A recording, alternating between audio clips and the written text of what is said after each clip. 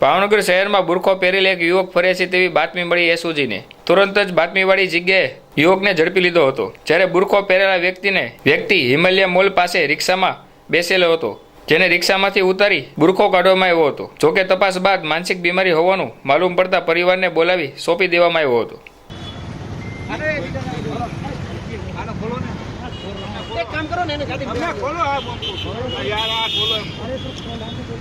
એમનો માસ્ક પેલા કઢાવો.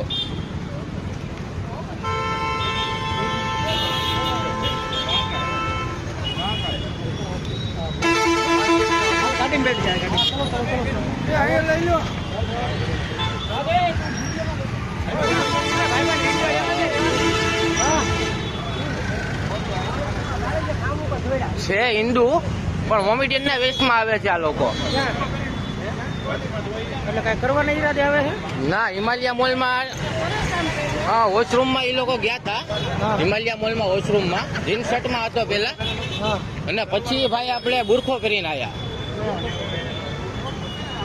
પીસીઆર આવી ગઈ, એ લોકોને લઈ ગયા છે ભાઈ બ્લુ ક્લબની સામે.